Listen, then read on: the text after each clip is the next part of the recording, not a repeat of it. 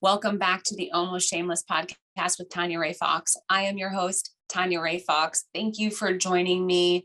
I appreciate all of the new listeners and followers on the podcast and YouTube and everywhere else you've been listening and watching. I've been noticing it. I'm really, really grateful. It's been so nice to be a part of the CLNS family. And I feel like things have been going great. And now that we're approaching the NFL season, things have been ramping up. Football talk is always, my bread and butter. It is for a lot of us. I know it is for you guys too, as listeners. So thank you for letting me be a part of that discussion with you. If you listen, even if you're a new listener, I try to keep things as lighthearted as possible to start the show and to end the show. And I'm hoping we can have a fun discussion at the end of the show. I have some things on my mind about some sports you should be watching, one sport in particular that I really want to convince you to kind of add to your repertoire of fall sports viewing later. But I don't feel it's appropriate to head into this first topic with a big, long intro of just small talk, which sometimes I like to do just to ease in. But today, I think it's important we get right to the heart of my main topic for the show. This is going to be a one topic show because it's something that's been weighing on me. And it's something that I think that's weighing on a lot of other Patriots fans, NFL fans, and even other media. And not just media in Boston. Actually, it's, more national media. That on this show, a part of what I do is media criticism, and I am in the media, and I am, a podcaster and a news editor for Fox Sports. And so I'm in the belly of the beast. And so I don't ever want to sound hypocritical, but I think that critiquing media is part of the process. We have to understand what's happening in our ranks and how we're handling these things in order to make things better and progress as an industry. And so fans, of course, always have the right to weigh in on that stuff, but we should be weighing in on each other as well. And I try to do that as diplomatically as possible, understanding that we are all going to make mistakes. We're all going to say things. We're all going to write things. We're all going to just get things wrong. We're going to have bad takes.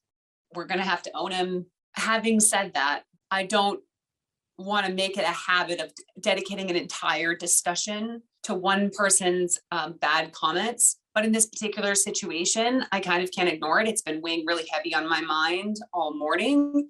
And there's nothing else I really feel comfortable talking about for this episode, especially as we head into the final week of preseason, and the Patriots are going to have their final preseason game after everything that's happened with the team and Cam Newton's COVID delays and all that stuff. It's been the biggest topic in Boston, but also one of the biggest topics nationally about what's going on with the quarterback position in general, but also what was going on with Cam Newton and the COVID delay. So I'm going to just get into this, and I'm sure you guys know what I'm going to talk about. Just a warning, I don't want to play any audio or anything like that, obviously, but something that has been being discussed all day are comments that Scott Zolak made on the Sports Hub regarding Cam Newton at practice. And this is something that I can't ignore or let go, because his comments and his perception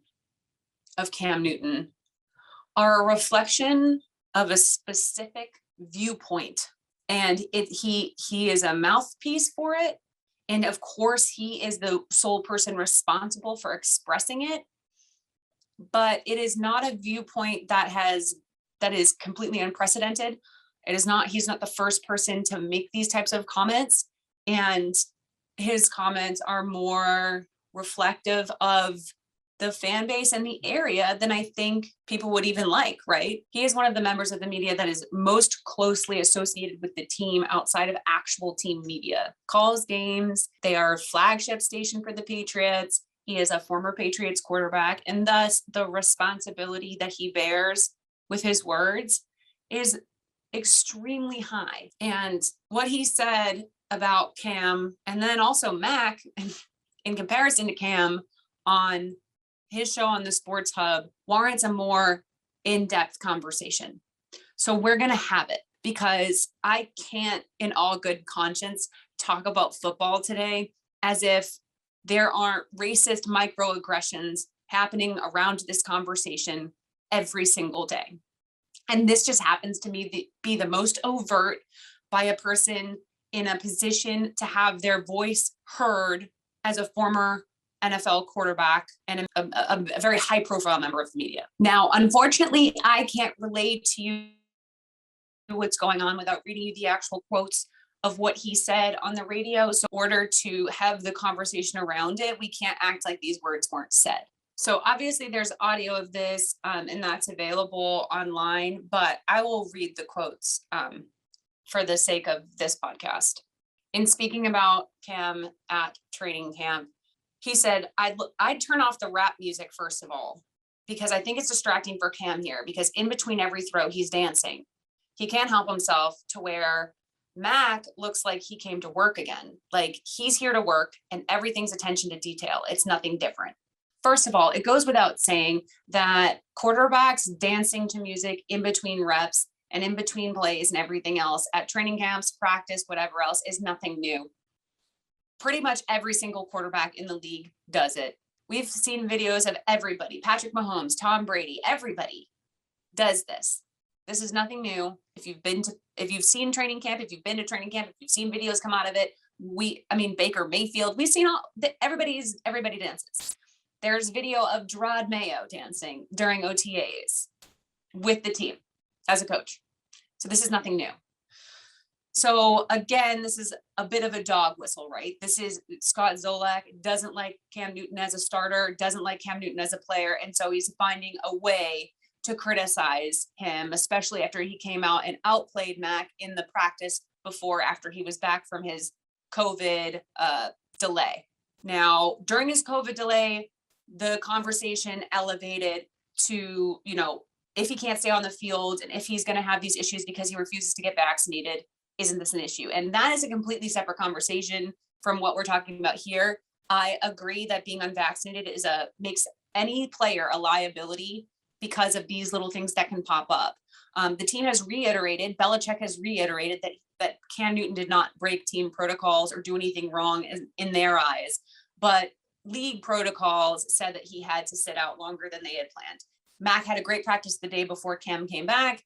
Cam came back, had a better practice than Mac, and I think it set people back once again, because we're on this roller coaster where every single day we have to make a decision on which one is better. And there is an inordinate number of people in the media who, for whatever reason, are rubbed wrong by the idea of Cam starting. In my opinion, as I've said in previous videos, it's because they don't watch enough football. They haven't watched enough of the game outside of New England to really understand this. But in Scott Zolak's case, I don't know what his issue is.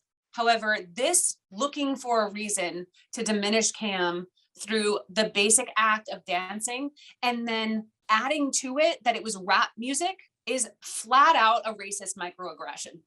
It just is. Now, there's a big difference between calling somebody a racist and saying that they've done a racist thing. I'm not here to litigate that. I don't know Scott Zolak. All I know is that he said a racist thing on air, and it reflects an idea that people have had about Cam Newton for a long time, that he has continued to deal with, and that he has continued to deal with since he's been with the Patriots. This idea that he doesn't act a certain way that they want to see, and he doesn't reflect a certain type of quarterback mentality that they're used to, that they want to see. And he's not the only one. There have been columns written, a premier columnist and beat reporter for the Patriots tweeted yesterday that Cam is not an NFL level thrower, which is patently absurd because he's been an NFL thrower of the football for a decade. And his last two full seasons, he's had a completion percentage above 65%, 67 point something in 2018 and 65 point something last season. So he is an NFL level thrower, because nobody who goes into an NFL game and can consistently throw the ball with that level of a completion percentage isn't an NFL level thrower. This is the kind of stuff that we're dealing with, right?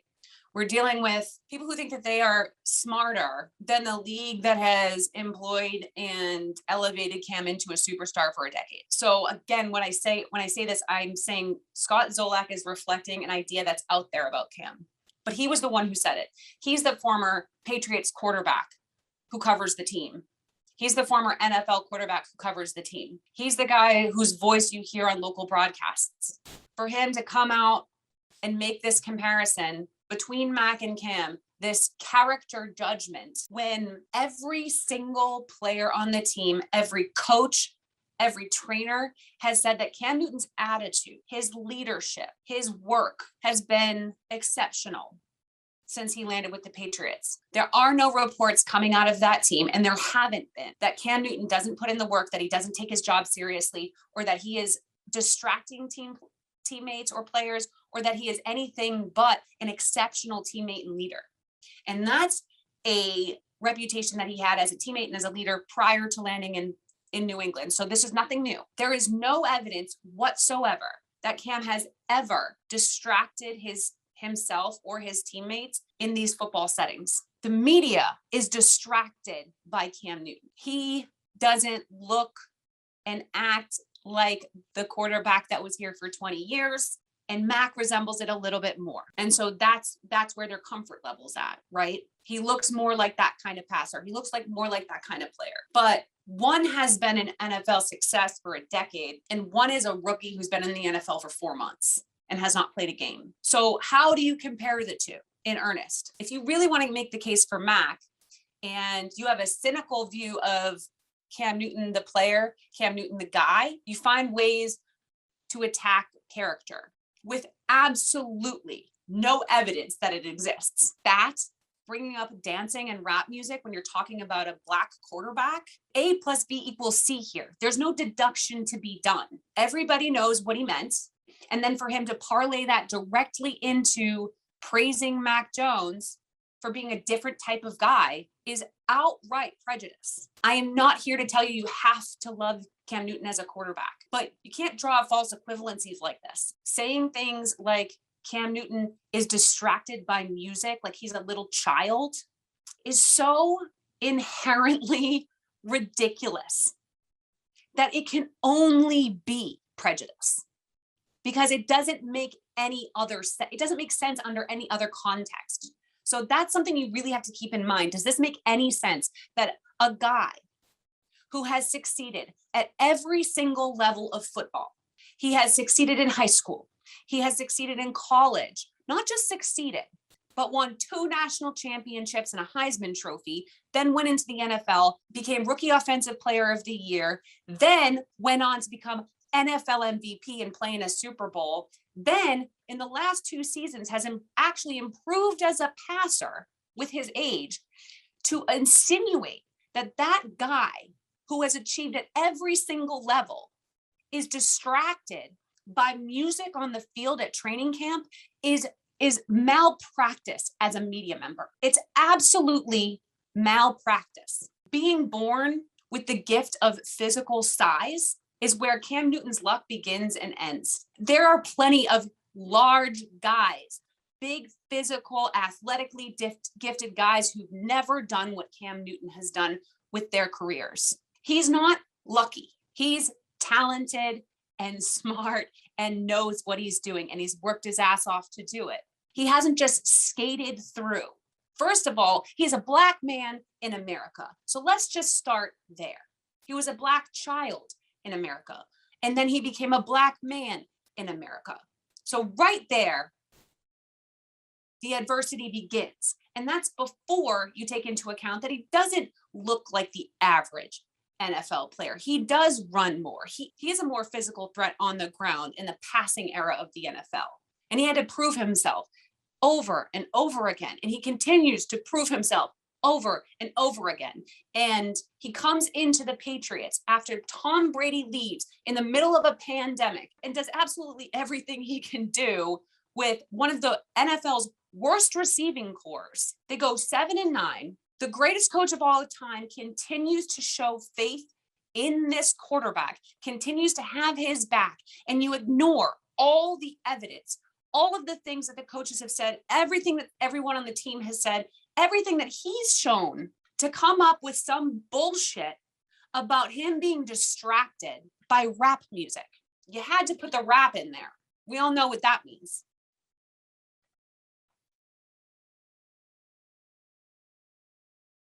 We have to stop acting like this stuff isn't outright stupid. Set the morality of it and the racism of it aside. It makes you a horrible NFL analyst. You're not giving us any real information, because if you were, you would understand, you would get on the mic and say, regardless of how this looks to me, this guy has succeeded at every level of this game, and his personality and his leadership has brought him to where he is, and he continues to get the support of the people around him. So they're seeing something I'm not seeing, and that's okay. You're doing a bad job. You're bad at your job at this point. I don't want anyone canceled or fired. I want these people to start having conversations with people with other opinions and people with other life experiences and people who've played meaningful football in the last 20 years or ever, because this isn't just about the offensiveness. And believe me, it's offensive. It's about the constant disservice these types of comments and these types of media members are doing to the teams, the players, and most specifically their listeners, their watchers, and their fans. It's misinformation at best, it's lies at worst, and it's exhausting to watch. Not only is this unfair to Cam Newton, it's incredibly unfair to Mac Jones. You know, Mac is set up to be the future of this franchise. And he has made it very clear that he looks up to Cam Newton, considers Cam Newton a mentor, and that they have a good working relationship. Trying to get in between that, creating this divide, does nothing for Mac Jones.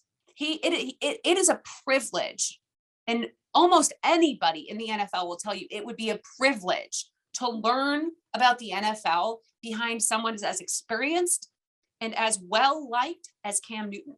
So what are you trying to do by creating this divide? You're not setting Mac up for success by telling him not to trust or follow Cam Newton's lead. You want him to not follow the lead of a guy who probably has a Hall of Fame argument. There are 3 players in the NFL with a completion percentage over 60 who've also rushed for 4,000 or more yards in their career. 3. Steve Young, Russell Wilson, and Cam Newton. The other 2 are Hall of Famers. One's already in. The next one will be in when the time comes. So what are you so worried about? Why do you think Mac Jones knows more about how to handle himself on a football field than Cam Newton? What is it about Cam that makes you think that? What is it about his increasing completion percentage since the 2018 season that makes you think he can't throw the football? What is it about last year's receiving core that makes you think he was set up for success? What is it about the lack of using the run game in the training camp and preseason makes you think we've even seen everything we're going to see from Cam Newton before the NFL season starts? Explain yourself, because none of this makes any sense. If Mac Jones starts because Cam Newton has created a liability for himself by being unvaccinated, I am more than okay with that. I'm also on record as saying, and I will maintain this, that I think the team will win fewer games and be less successful. But if it comes down to sticking to the principles about keeping players healthy and safe, then I am perfectly fine with Mac Jones, if he is vaccinated, starting over the unvaccinated player, if that's the standard we're going to set. I am pro-vaccination and I want people to stay safe. But this is a separate conversation. People like Scott Zolak are lying to you, and they are manipulating you, and they're manipulating your inherent biases. We all have them. We've grown up in an institutionally racist country. So we all have these things floating in the back of our head, and being anti-racist means actively resisting the things that we've been taught and told that have been ingrained to us through every aspect of society. When you say this kind of stuff to listeners, you're asking them to go on that journey with you. You're asking them to judge the rap music. You're asking them to judge the black man dancing. You're asking them to look at the white guy who's composed and compare the two. And that's not an exaggeration. That's exactly what he said.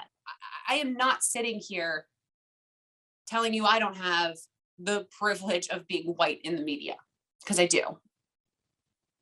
I also have the privilege of being white in the world, which is even more potent, which is why it's also important that I tell you right now that this is not okay. As a woman in media, I certainly understand what it's like to deal with microaggressions every single day, what it's like to see sexist and misogynist things in my comments and my DMs every single day, what it's like to have trolls asking me where my OnlyFans page is, knowing full well what the implication is there. I know what it's like to walk into a production meeting full of men and not be taken seriously, or be told I was too loud and I was talking the same way everybody else was, or to be told that I'm too brash because I spoke up like a normal fucking person. I know what those microaggressions feel like every single day.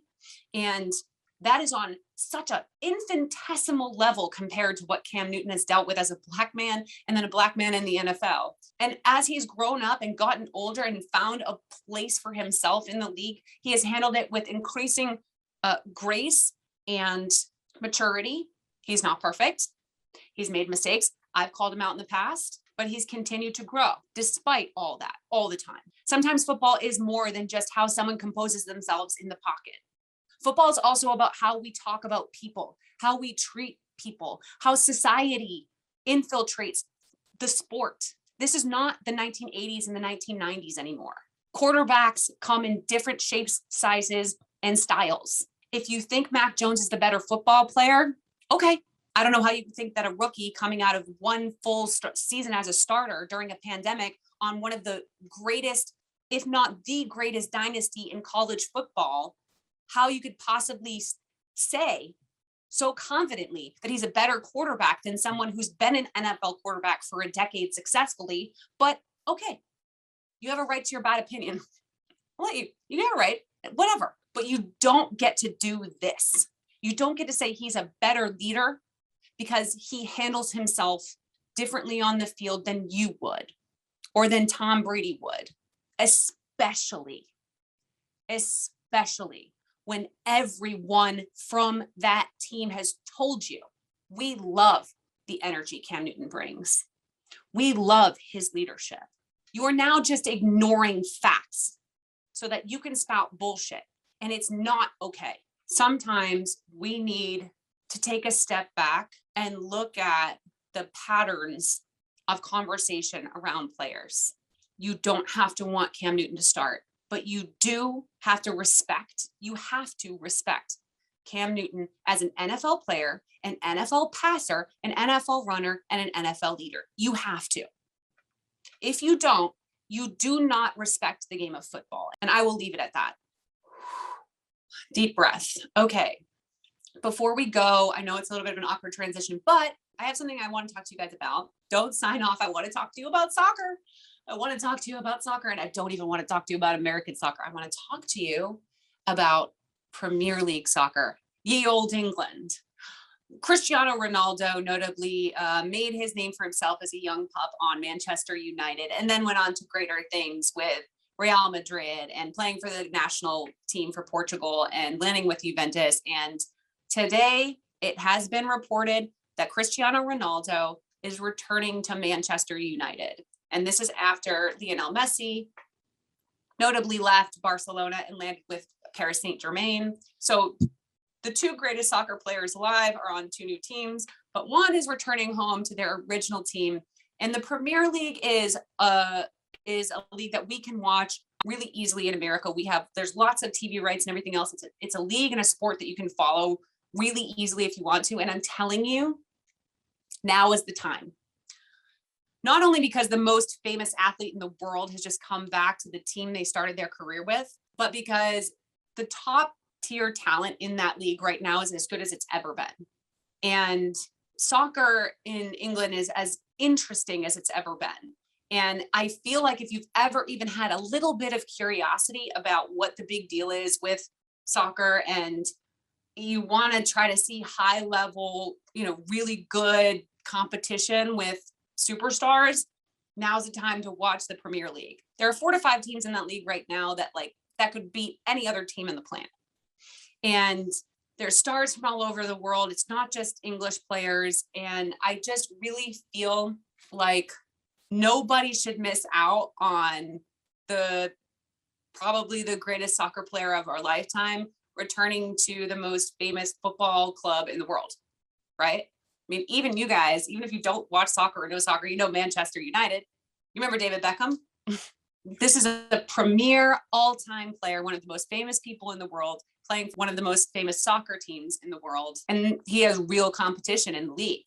I'm not going to sit here and break down all the ins and outs of this because I know that most of my listeners and followers aren't big soccer people, but I feel comfortable, telling people this is the time to start getting into this because so this league has just started back up. They're 2-3 games in, all the teams, things are starting to come together on the season. You can get in now.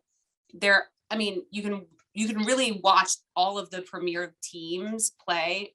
If you have your Peacock subscriptions and your cable logins and whatever else, you're able to watch a lot of these games. The relegation and promotion of soccer in general is super fascinating. And I think it's like kind of on people's radar a little bit more these days because of Ted Lasso. And if you're a Ted Lasso fan, you've seen kind of the cool ins and outs of how soccer works in the Premier League. And I feel like, hey, why not? If you're enjoying Ted Lasso and you want more context about the show and you watch, honestly, watching soccer games and watching Premier League games will give you even more appreciation for the show itself. It gives you more context. You can enjoy the games and the show itself a little bit more. So, that's another reason to maybe get into it. I think we as a sports viewing American public are craving something new and exciting. We've been stuck at home. We've been dealing with pandemic. We've been dealing with all of this stuff. And when is a better time than now to just add more sports interest to your repertoire? If you're from Boston, you know that Liverpool is owned by Fenway Sports Group.